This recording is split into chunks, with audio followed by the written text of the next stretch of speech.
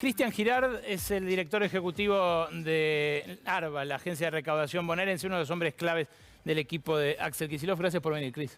Buenas noches, Alejandro. Gracias por invitarme. Hay mucha incertidumbre en el oficialismo, lógicamente, es un contexto económico muy adverso.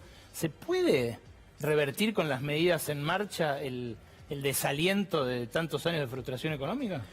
Se puede, sí. Si no creyéramos que se puede, no haríamos política, hubiera dicho la expresidenta Cristina ahí cuando tuvo esa discusión con Viñas. Se puede, es difícil, es muy difícil porque el cuadro que vos pintaste recién da una clara muestra de que esta crisis es de largo aliento, que tiene raíces muy profundas, que tienen que ver fundamentalmente, creo yo, con el sobreendeudamiento externo que tomó Macri. Como bien vos señalabas, parte de un negocio, ¿no? Bajar los impuestos para tomar deuda.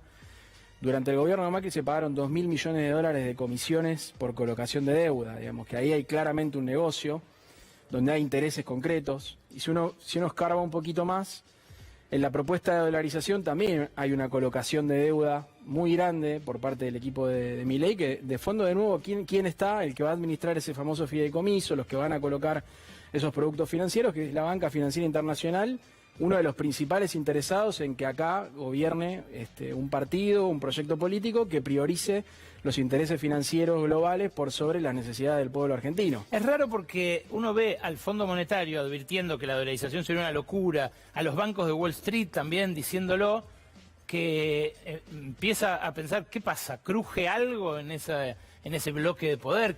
¿A quién representa verdaderamente Milei? Mirá, yo creo que sí, creo que claramente acá la línea, si uno pudiera trazar una línea divisoria, digamos, para generar antagonismos políticos, de un lado estamos los que creemos que hay que encarar una discusión con el Fondo Monetario, defendiendo nuestra soberanía política para tener independencia económica y con eso garantizar la justicia social.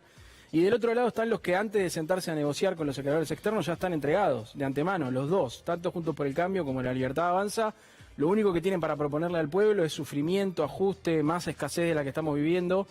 Y bueno, la verdad que esas penurias a la gente la angustian y se genera una crisis que tiene que ver con que efectivamente la falta de dólares, el desmanejo financiero del gobierno de Macri ha generado una restricción muy grande de los márgenes de maniobra de la política económica, y hoy estamos viendo eso, sumado al acuerdo con el Fondo Monetario Internacional, una situación muy delicada, pero claramente el sentido, la direccionalidad de las políticas que viene tomando el Frente de Todos, el candidato a presidente de Unión por la Patria, Sergio Massa, están en la clara orientación de, en esa discusión, estar del lado del pueblo, del lado de los empresarios nacionales, del lado de los que quieren garantizar una vida en un capitalismo razonable, ¿no? El otro día había lo que está pasando en Grecia con la jornada laboral de 75 horas, ¿es? No sé, bueno, después del fondo, yo, vi tu documental, por supuesto, que recomiendo que para el que no lo vio lo vea. 13 horas diarias, sí, es una locura. Es una locura, digamos. Bueno, y de eso... hecho se incendió literal Grecia, ¿no? Hace 2 meses, porque no tenía flota de helicóptero para apagar el incendio. Por supuesto, es un camino, de nuevo, de penumbras, plagado de palos, de sufrimiento.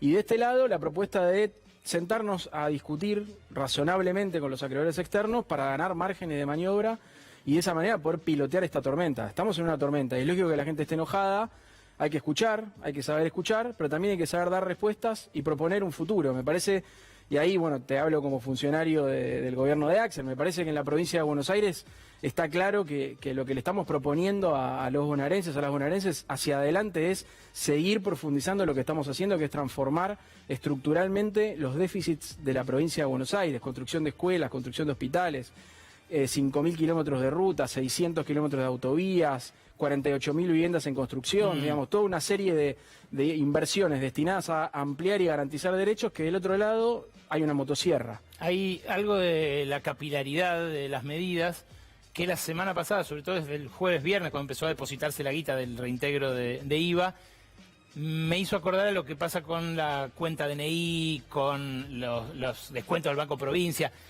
cosas de las que la gente habla en la calle, en los negocios. Es fenomenal la política del Banco Provincia en asistencia a pymes, crédito productivo para pymes, la cuenta DNI, los beneficios en comercios de barrio, de cercanía.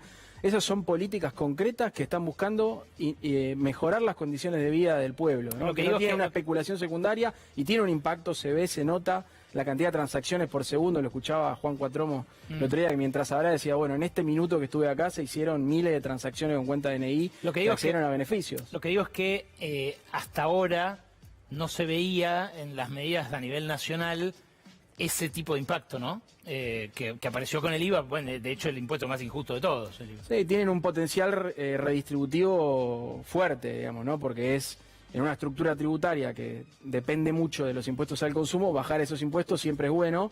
Lo que tenés que ver es cómo lo compensás, ¿no? O sea, si vos compensás con ingresos, con impuestos vinculados al patrimonio o a los ingresos, empresas que tienen rentabilidades extraordinarias, o trabajás sobre el gasto tributario para mejorar esa performance, bueno, vas a tener una foto mejor al final del día porque le cobraste menos impuestos a los de abajo, un poquito más a los de arriba. Es lo que ustedes intentaron hacer al principio de la gestión, que no prosperó por aquella ley tributaria que naufragó en la legislatura, ¿no? Sí, parcialmente logramos hacerlo. Después, bueno, la inflación va jugando su papel y uno emite y después la inflación por ahí te vas quedando atrás, pero aún así logramos darle progresividad a los impuestos patrimoniales.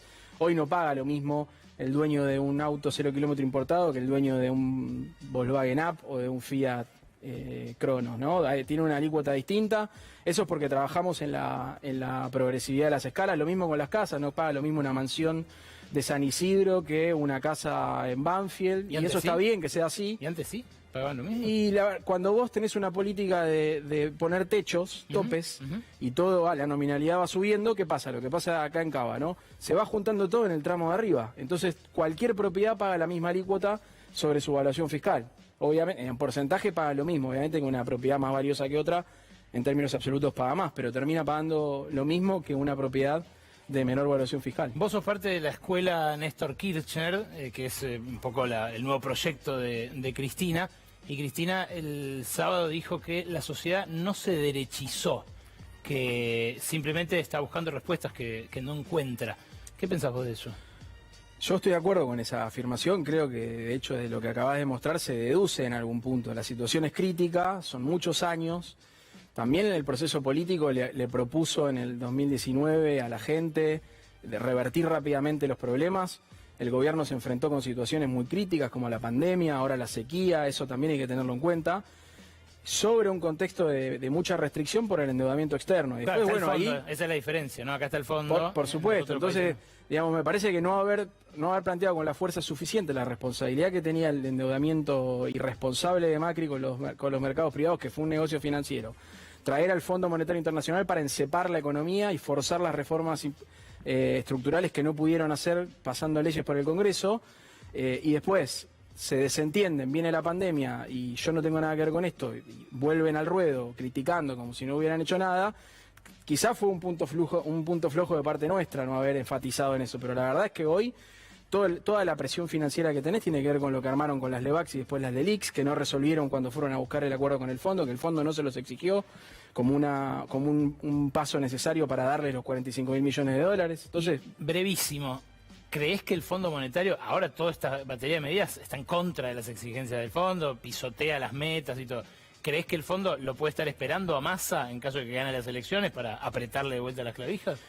Habrá que ver los resultados. Me parece que la economía necesita crecer. Si tu recaudación impositiva depende del crecimiento económico y vos no crecés, no tenés recursos, y si no tenés recursos no podés pagar la deuda. Entonces es muy básico. Vos necesitas crecer. Si crecés, recaudás más.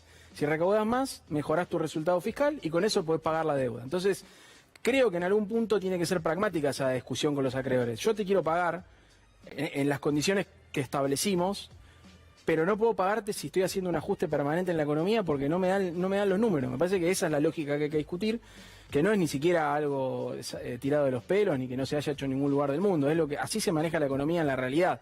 Acá nos quieren imponer un manual ortodoxo que no funciona nunca en ningún lado, que siempre los resultados son los mismos y los seguimos aplicando como si fueran resultados diferentes. La verdad es que no, y lo de Grecia está a la vista a dónde te conduce. Cristian, gracias por venir a Brotes Verdes. Gracias, Alejandro.